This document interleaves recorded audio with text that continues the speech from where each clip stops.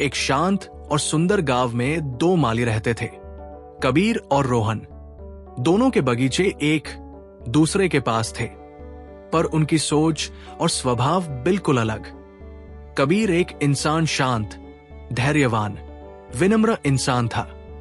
रोहन एक तेज बोलने वाला, प्रतिस्पर्धा में डूबा और लोगों की प्रशंसा का भूखा इंसान था।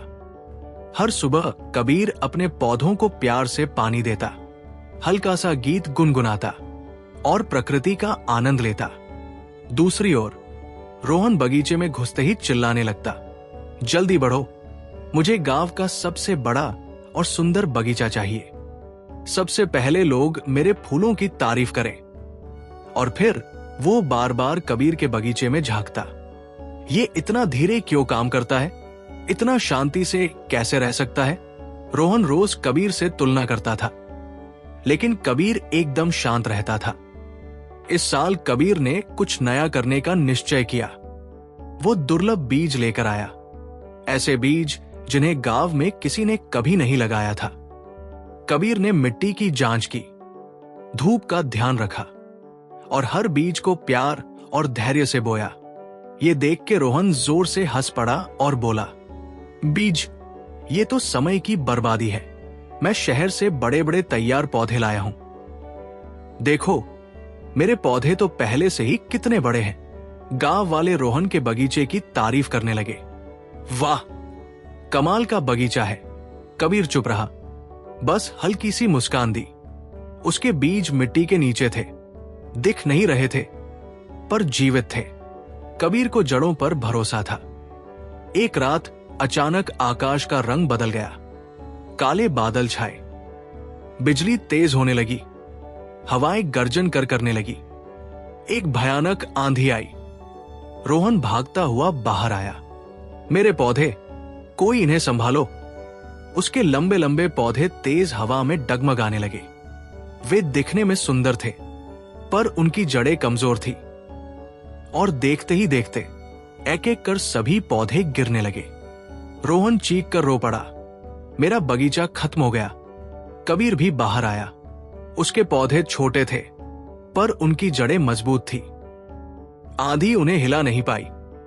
कबीर ने शांति से अपने पौधों को ढक दिया और उन्हें बचा लिया। रोहन दूर खड़ा बस देखता रह गया। वो हैरान और टूट चुका था। कुछ हफ्ते बीत गए।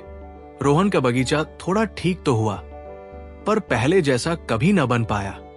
फिर एक सुबह पूरा गांव कबीर के घर के बाहर जमा हो गया। जो दृश्य उन्होंने देखा वो अद्भुत था।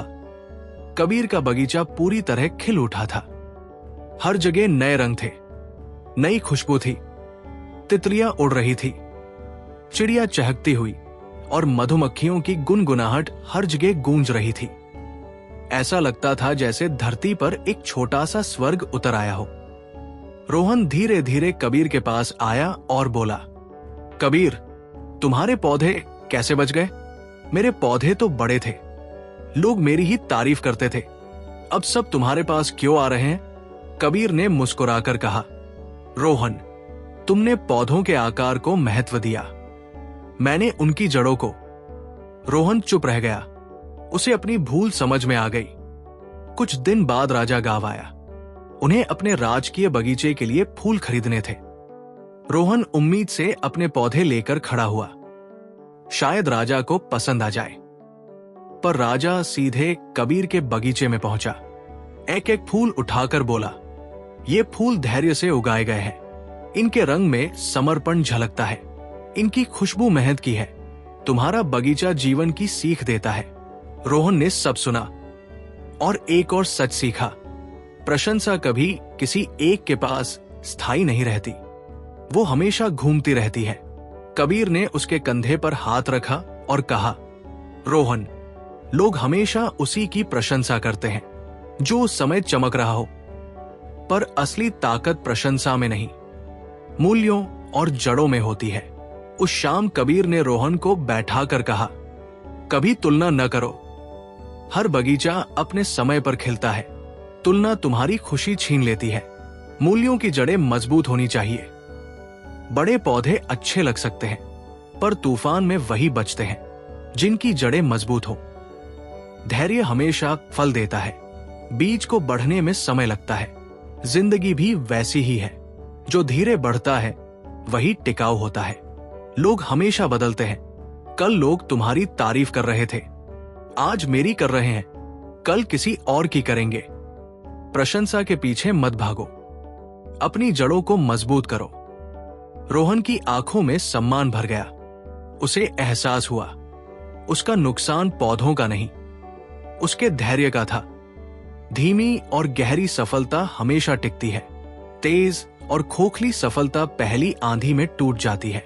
तुलना छोड़ो, अपनी जड़ों को मजबूत करो। धैर्य रखो, हर बीज एक दिन जरूर खिलता है। प्रशंसा के पीछे न भागो। लोग बदलते हैं पर मजबूत मूल्य कभी नहीं बदलते। अगर ये कहानी आपको प्रेरित करे और आप भी अपना जीवन बदलना चाहते हो तो कमेंट में यस टाइप कर दीजिए और इस वीडियो को अपने भाई बहनों और दोस्तों के साथ शेयर करना मत भूलना। अगली कहानी में फिर मिलेंगे। धन्यवाद।